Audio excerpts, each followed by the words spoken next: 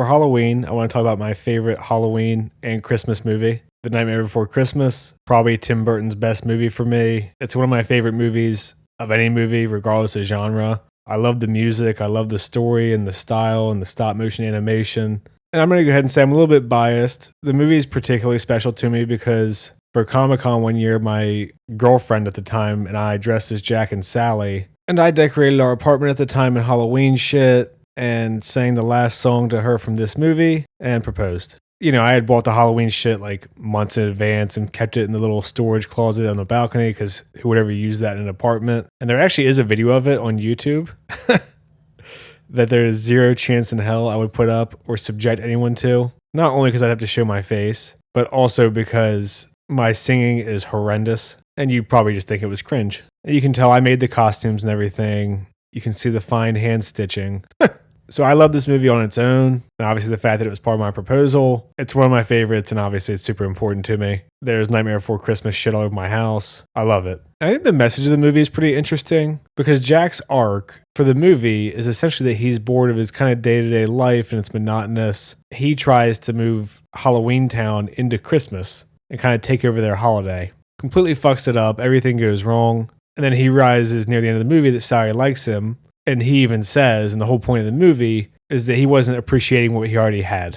Very simple, very straightforward, classic Disney, back when Disney used to have good movies. And I think it's interesting because a more cynical take on that message would be to stay in your lane in life. Like realize the limits of what you're capable of, realize what you're fit for, suited for, and stick to it. Now it's a kid's movie. I don't think that's the whole point. I think the point is much more just the surface level message of appreciating what's around you and what you already have and not losing all of that, pursuing things that you shouldn't really be pursuing anyway. If you haven't seen this movie, it's like an hour and 10 minutes. It's awesome. The music's awesome. Danny Elfman is best. Go watch it. So let's just get into it. I'm not going to go crazy deep on this because a lot of it's music and the music is something you should just enjoy on your own, not listen to me describe it to you. The opening song is This Is Halloween, a classic you've probably heard even if you've never seen this movie. For me, it's probably the third or fourth best song of the movie. I think my favorite is either Jack's Lament, which is the next one, or What's This, which is the song that plays when he arrives in Christmas Town. And also, this is a movie where if you think about the world building at all, there is no logic to it.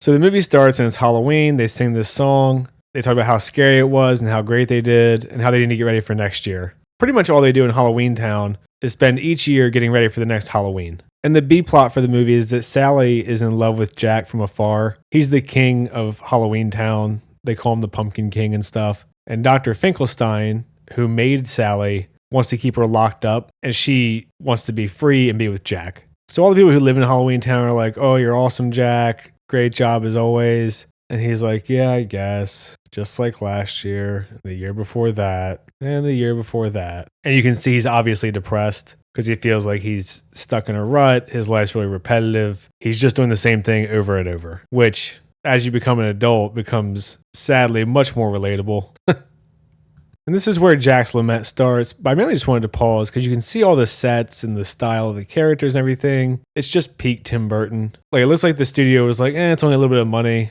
Do whatever you want. And they just let him go completely wild with it. And I love Jack's Lament just musically, but also the lyrics are interesting too because it starts out and he talks about how everyone knows who he is and how scary he is. And even the bravest men are afraid of him. And then it switches tone. And he's like, but year after year, it's the same routine. And he's talking about how he's just getting older and not really anything's changing in his life. It's kind of dull. Sally sees all this and says that she knows how he feels because she's just stuck in a tower, seemingly being experimented on, cooped up, and wants to explore other things, like getting boned by Jack. And obviously he feels cooped up in Halloween Town. Like he's already kind of reached his potential and there's just nowhere for him to go now. So the mayor's freaking out because Jack is gone and they only had 364 more days till the next Halloween. If that gives you some idea of how kind of one note their town is. He walks all night and ends up kind of in the center of all the holidays. So each of these trees takes you to that town, Christmas Town, Halloween Town, whatever. Obviously he picks Christmas, given the title of the movie. And this is where you get What's This, which is also a song that you've probably heard even if you've never seen the movie. It's much more upbeat, very happy. And obviously he's singing something new. So this whole song I mean, it's literally called What's This? Is him just kind of exploring the town, seeing all the things that are different. He likes that they have things there that make people happy instead of just scared. And it's all new to him, which is exactly what he was craving. And even though it's claymation, stop motion, the way they film things is actually really dynamic. In the last scene, you saw he has that little curly Q cliff that unfurls as he walks down it. This one, he uses a candy cane umbrella and slides down a wreath onto the carousel, and he's walking the opposite direction, so he's not moving. And then he finally stops and jumps off of it. It's really well done all around, and you can tell it was one of those passion project type deals. In the behind the scenes, they say that it took about a week to film 1 minute of movie time. Because, for stop motion, the way they do it is they move it slightly based on the frames per second, so you have to move it 30 times to make it look smooth and lifelike. So now the mayor has announced to the whole town they need to find Jack, because obviously Jack is gone. He's in Christmas Town. You can see how small the little town is that he was able to walk for one night and find Christmas Town. So they raise the alarm, which is a cat whining. Very nice little touch. So Sally makes soup for Dr. Finkelstein, but she keeps putting him to sleep to escape. So he's like, you try it first. So she uses a spoon with a hole in the bottom, pretends to sip it, and then drops it, and then gives him a regular spoon. Because obviously she picked up the nightshade in the cemetery. So she knocks him out again. So Jack comes back, and he's like, hey, I found this thing called Christmas. I want to do that instead. So we get another pretty good song here where he's describing Christmas. It's obviously a very warped version through the lens of Halloween Town. And you can see this is where it's obviously going to start falling apart. And he talks about Sandy Claus. And everything they do is like, oh, but it's not supposed to be scary. This is kind of where you get the stay in your lane theme. So he spends the whole song trying to convince them about how fun it is and how nice everything is and happy. And then eventually he's like, well, they don't really seem to get it. So he embellishes Santa Claus as Sandy Claus and this kind of intimidating, menacing figure. Then we get right into another song where we get a little montage where he's studying all these Christmassy books and everyone's like, what the hell is he doing up there? He's just been cooped up. We don't really understand what's going on. And again, Sally has been captured by Dr. Finkelstein and locked back up in her tower. So you can see right away their whole approach is wrong because they don't understand what the spirit of Christmas is about. And he's reading books about the scientific method. He's doing quote unquote experiments with chemistry sets and beakers. He's got drawings of what reindeer should be like for Dr. Finkelstein to create. And this is where we get the really warped version of Christmas that we end up with. We get a little bit of Tim Burton dark humor here. Sally lowers a gift basket out of her tower because she can see Jack's tower because he's up late studying. And then she just jumps out the window and you're like, oh shit. But then she just stitches herself back up together because she's obviously some sort of bride of Frankenstein-like creation. And you can see she's just stuffed with leaves and not blood or anything too adult. Although this movie was certainly creepy as a kid, I will admit, especially Oogie Boogie. Here's another little screenshot for you so you can see how he's trying to make Christmas like math-based. Chestnuts over an open fire. Nice little touch there. So Sally took over her little gift basket and gave it to Jack, and obviously he's happy about it. But he's like your dense anime protagonist. He's just like, oh, that's nice of her. So Sally is doing the flower picking thing, like the he loves me not type deal. And partway through, it turns into a little Christmas tree and then catches fire. So she's obviously got like a premonition that it's going to be a disaster. So here's where we get something's up with Jack. The last one was just a little more instrumental while he was doing his experiments. And they're all freaking out because he just locked himself away in his tower trying to scientifically recreate Christmas in Halloween Town. And I really like this song because it's very catchy. But also when he's singing, he's like, I know the stories and I know the rhymes. But something just feels a little bit off to him because he just doesn't quite get the point of Christmas. So he sends these three little mischievous shits that work for Oogie Boogie to steal Santa Claus. Because he thinks that if he dresses like Santa, that's the only thing that he's missing for Christmas. So these three are going to go kidnap Santa Claus. And this is a really catchy song too, called Kidnap the Sandy Claus. It's actually got Catherine O'Hara in it, who is the stepmom in Beetlejuice. And she's the main mom in Schitt's Creek. So Jack's assigning roles and the band's playing like a really dour version of Jingle Bells. And Sally tries to warn him that it's going to be a disaster if he goes through with it. And he ignores her warning, obviously. And we get a nice little thing in here where they kidnap the Easter Bunny somehow, just because they're little shitheads, and Jack gets pissed off and says, don't fail me again. If this was a newer Disney movie, he might just kill him. And then we go into the Making Christmas song, and you really just get like a montage of them making all this horrific shit that they think is cutesy for little kids.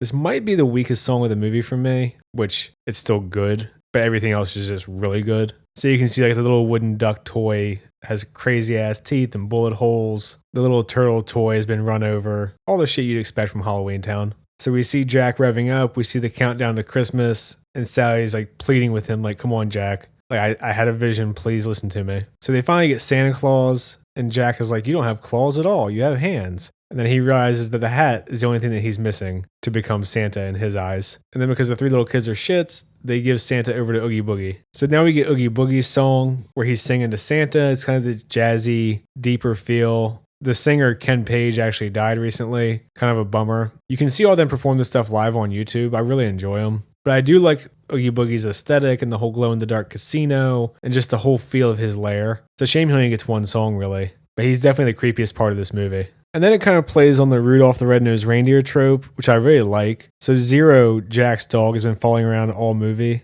And he's got a little orange pumpkin nose. And Sally fills the well up with fog so they can't see and they can't take off. And they have to cancel Christmas. And then Zero shows up and his nose glows in the dark. So he leads the reindeer.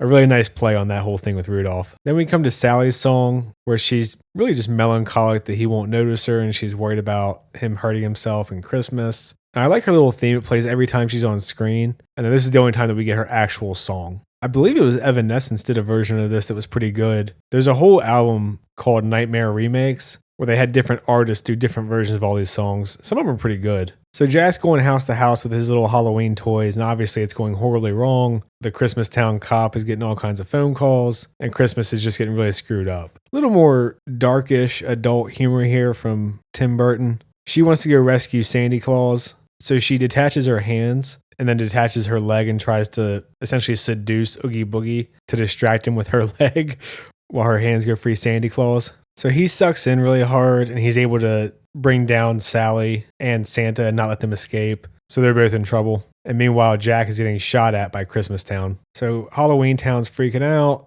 Jack got shot down. Everyone's super bummed. And Christmas is ruined because Jack couldn't be happy with what he already had. We get this little What Have I Done song, and it's really short, but I actually like it a lot, where he's finally realizing that he fucked everything up for Christmas Town. So he kind of goes through all the emotions here. He's super depressed and regretful, and then he's kind of pouting, like, why don't things ever work out? And he's like, well, I did the best that I could, but I still owe it to Christmas Town to try to save their holiday by getting Santa Claus back. So Oogie Boogie is rolling dice and then slowly tilting them up as Jack comes to the rescue. And he's fully embraced that he's the Pumpkin King and he's finding fulfillment in that role. So Oogie Boogie, like all villains, has a crazy ass evil lair. And Jack has to jump through all this shit and chase him and they're fighting each other. And Boogie tries to get away. And again, this was the creepiest part for me as a kid. Still kind of gross. He pulls Boogie's loose thread and he's all just bugs under there. And all the bugs just fall apart and they're like squealing as they fall into the lava. And Boogie's dead, presumably. Jack wins. So Jack apologizes to Santa and he's bitching. And he's like, Sally's the only sane person here. You should listen to her. And he says, don't worry about Christmas. He's Santa. So of course he can fix it. And they do the movie thing that at the time this might have been original because this was 1993, but Jack's about to say, Sally, I never realized that you felt that way about me or loved me or whatever, and they get interrupted by the mayor, and you can see both of their faces are very displeased. We get a nice little montage of Santa fixing Christmas. Jack is back. Happy ending. Almost. And they get some snow, and Santa says Merry Christmas to everybody, and Jack says it back, and we get a nice quick little what's this again as all the Halloween Town monsters see snow for the first time, because obviously Jack's the only one to see it so far. We get this last little song. I think it's just called Simply Meant to Be. And Jack and Sally sing together about how they love each other and they're going to stay with each other forever now that he's realized her feelings that she had. So yeah, super short movie, super tight, a lot of great music. One of my favorites. It's easy to watch because it's just like an hour long. So it's worth watching pretty much every Halloween and Christmas. And just kind of if you ever need something to put on. I love this movie. There's a reason it's dominated Hot Topic for like 20 years. If you've seen it, let me know what you think. I try to respond to all the comments that aren't just insults. Like and subscribe and all that shit. Thanks. See ya.